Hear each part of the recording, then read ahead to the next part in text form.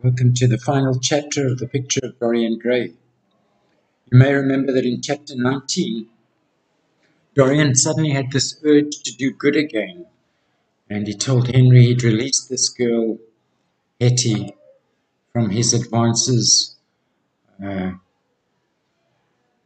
stopped himself from deflowering her because he was thinking of her, and even Lord Henry was a bit cynical about it. And my reaction is too little, too late. But in chapter 20, of course, we race towards the exciting conclusion of the novel. Chapter 20. It was a lovely night, so warm that he threw his coat over his arm and did not even put his silk scarf round his throat. As he strolled home smoking his cigarette, two young men in evening dress passed him.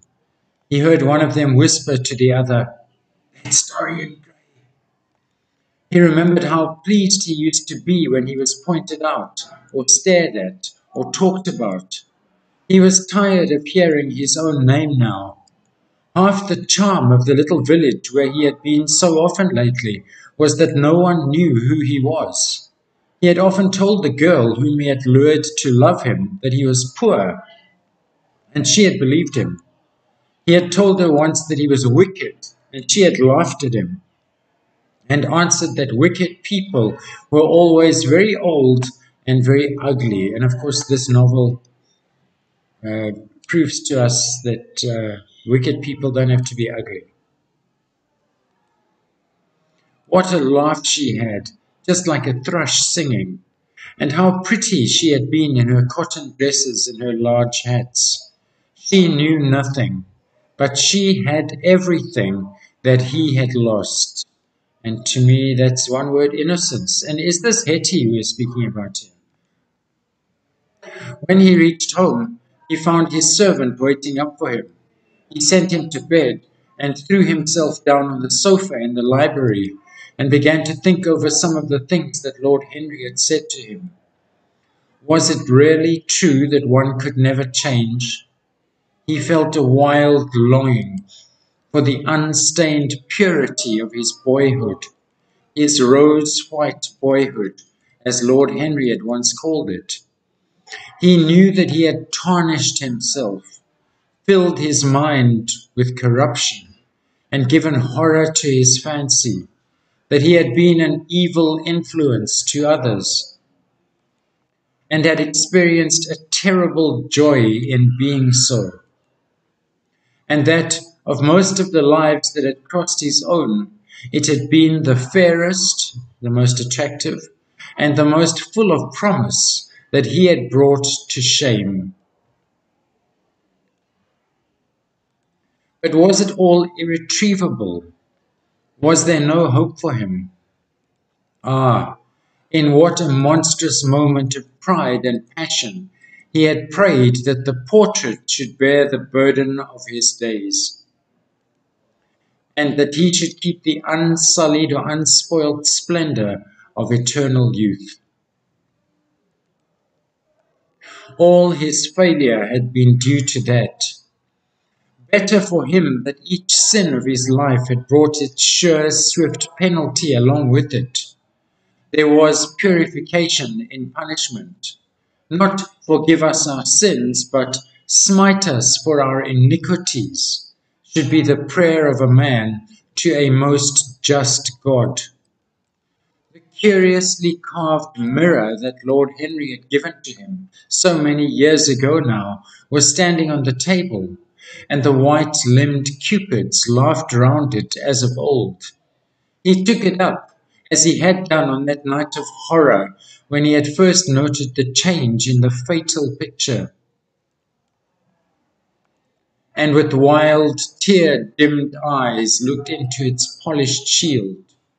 Once, someone who had terribly loved him had written to him a mad letter ending with these idolatrous words: "The world is changed because you are made of ivory and gold.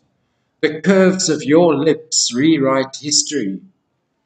The phrases came back to his memory, and he repeated them over and over to himself.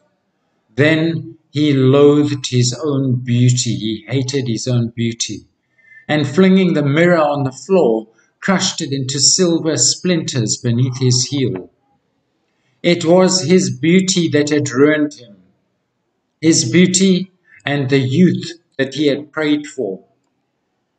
But for these two things, his life might have been free from stain. His beauty had been to him but a mask, his youth but a mockery. What was youth at best? A green and unripe time, a time of shallow moods and sickly thoughts. Why had he worn its livery, its uniform? Youth had spoilt him. It was better not to think of the past. Nothing could alter that. It was of himself and of his own future that he had to think. James Vane was hidden in a nameless grave in Selby churchyard. Alan Campbell had shot himself one night in his laboratory, but had not revealed the secret he had been forced to know. The excitement, such as it was, over Basil Hallward's disappearance would soon pass away. It was already waning. He was perfectly safe there. Nor indeed was it the death of Basil Hallward that weighed most upon his mind. It was the living death of his own soul that troubled him. Basil had painted the portrait that had marred his life, spoilt his life. He could not forgive him that. It was the portrait that had done everything. Basil had said things to him that were unbearable, and that he had yet borne or taken with patience. The murder had been simply the madness of a moment. As for Alan Campbell, his suicide had been his own act. He had chosen to do it. It was nothing to him. A new life. That was what he wanted. That was what he was waiting for. Surely he had begun it already. He had spared one innocent thing, at any rate. That's Hetty. Her surname's coming up. He would never again tempt innocence. He would be good. And I remember him making the same resolution just before he found out about Sybil's suicide. As he thought of Hetty Merton, he began to wonder if the portrait in the locked room had changed. Has it changed backward because he let this one girl go? Surely it was not still so horrible as it had been. Perhaps if his life became pure, he would be able to expel every sign of evil passion from the face. Perhaps the signs of evil had already gone away. He would go and look. He took the lamp from the table and crept upstairs. As he unbarred the door, a smile of joy flitted across his strangely young-looking face and lingered for a moment about his lips. Yes, he would be good, and the hideous thing that he had hidden away would no longer be a terror to him. That chance. He felt as if the load had been lifted from him already. He went in quietly, locking the door behind him, as was his custom, and dragged the purple hanging from his portrait. A cry of pain and indignation broke from him. He could see no change, save that, except that, in the eyes there was a look of cunning, and in the mouth the curved wrinkle of the hypocrite. It's hypocritical of him now to expect that it's going to change back for this one little thing he's done. The thing was still loathsome, more loathsome if possible than before, and the scarlet dew that spotted the hand seemed brighter and more like blood newly spilt. Then he trembled. Had it been merely vanity that had made him do his one good deed, or the desire for a new sensation, as Lord Henry had hinted with his mocking laugh, or that passion to act a part that sometimes makes us do things finer than we are ourselves, or perhaps all these? And why was the red stain larger than it had been? It seemed to have crept like a horrible disease over the wrinkled fingers. There was blood on the painted feet, as though the thing had dripped. Blood even on the hand that had not held the knife. Confess? Did it mean that he was to confess? To give himself up and be put to death? He laughed. He felt that the idea was monstrous. Besides, even if he did confess, who would believe him? There was no trace of the murdered man anywhere. Everything belonging to him had been destroyed. He himself had burnt what had been below stairs. The world would simply say that he was mad. They would shut him up if he persisted in his story.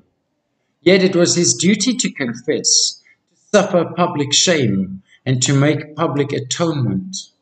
There was a God who called upon men to tell their sins to earth as well as to heaven. Nothing that he could do would cleanse him till he had told his own sin. His sin? He shrugged his shoulders. The death of Basil Hallward seemed very little to him.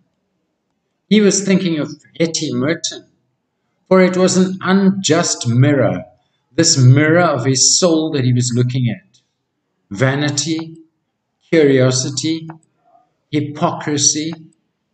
Had there been nothing more in his renunciation than that? There had been something more. At least he thought so. But who could tell? No, there'd been nothing more. Through vanity he had spared her. In hypocrisy he had worn the mask of goodness. For curiosity's sake he had tried the denial of self. He recognized that now. But this murder, was it to dog him all of his life? Was he always to be burdened by his past? Was he rarely to confess? Never. There was only one bit of evidence left against him. The picture itself. That was evidence. He would destroy it. Why had he kept it so long? Once it had given him pleasure to watch it changing and growing old. Of late he had felt no such pleasure. It had kept him awake at night. When he had been away, he had been filled with terror, lest or in case other eyes should look upon it. It had brought melancholy or sadness across his passions. Its mere memory had marred many moments of joy. It had been like conscience to him. Yes, it had been conscience. He would destroy it. He looked round and saw the knife that had stabbed Basil Hallward. He had cleaned it many times, till there was no stain left upon it. It was bright and glistened. As it had killed the painter, so it would kill the painter's work and all that that meant. It would kill the past, and when that was dead, he would be free. It would kill this monstrous soul life, and without its hideous warnings, he would be at peace. He seized the thing and stabbed the picture with it. There was a cry heard, and a crash. The cry was so horrible in its agony that the frightened servants woke and crept out of their rooms. Two gentlemen who were passing in the square below stopped and looked up at the great house. They walked on till they met a policeman and brought him back. The man rang the bell several times, but there was no answer. Except for a light in one of the top windows, the house was all dark. After a time, he went away and stood in an adjoining portico and watched. "Whose house is that, constable?" asked the elder of the two gentlemen. "Mr. Dorian Gray's, sir," answered the policeman. They looked at each other as they walked away and sneered, mocked. One of them was Lord Henry Ashton's uncle. Inside, in the servants' part of the house, the half-clad or half-dressed domestics were talking in low whispers to each other. Old Mrs. Leaf was crying and wringing her hands. Francis was as pale as death. After about a quarter of an hour, he got the coachman and one of the footmen and crept upstairs. They knocked, but there was no reply. They called out, Everything was still. Finally, after vainly trying to force the door, they got on the roof and dropped down onto the balcony. The windows yielded easily. Their bolts were old. When they entered, they found, hanging upon the wall, a splendid portrait of their master as they'd last seen him, in all the wonder of his exquisite youth and beauty. Lying on the floor was a dead man in evening dress, with a knife in his heart. He was withered, wrinkled, and loathsome or ugly of visage, ugly in face. It was not till they had examined the rings that they recognized who it was. While this may be the last chapter, yes, it's the end of the novel, but we needn't part ways.